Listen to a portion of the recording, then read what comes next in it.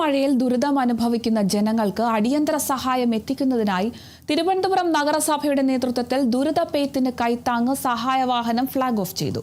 നഗരസഭാ കാര്യാലയത്തിൽ നടന്ന ചടങ്ങിൽ ഡെപ്യൂട്ടി മേയർ ആശാനാഥ് വാഹനങ്ങളുടെ ഫ്ളാഗ് ഓഫ് നിർവഹിച്ചു. മഴക്കെടുതി രൂക്ഷമായ പത്തനംതിട്ട ജില്ലയിലെ റാന്നി മേഖലയിലേക്ക് ആവശ്യമായ ഭക്ഷ്യവസ്തുക്കൾ, കുടിവെള്ളം, മറ്റ് അവശ്യ സാധനങ്ങൾ എന്നിവയുമായി 2 വാഹനങ്ങളാണ് ഇന്ന് പുറപ്പെട്ടത്. ദുരിതബാധിത പ്രദേശങ്ങളിലെ ജനങ്ങൾക്ക് കൈത്താങ്ങായി തിരുവനന്തപുരം ഉണ്ടാകുമെന്നും അതിനായുള്ള ആദ്യ പടിയാണ് ഈ സഹായമെന്നും ഡെപ്യൂട്ടി മേയർ ആശാനാഥ് പറഞ്ഞു.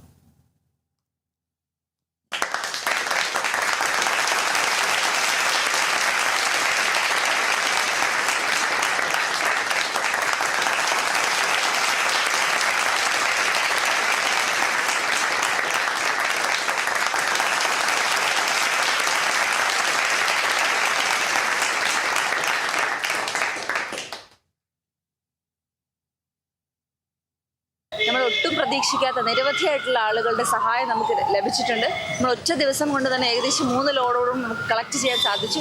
ഇന്നിപ്പോൾ രാവിലെ 2 ലോഡാണ് നമ്മൾ ഇവിടെ നിന്ന് പോകുന്നത്, റാന്നി തിരുവല്ല പ്രദേശത്തെ.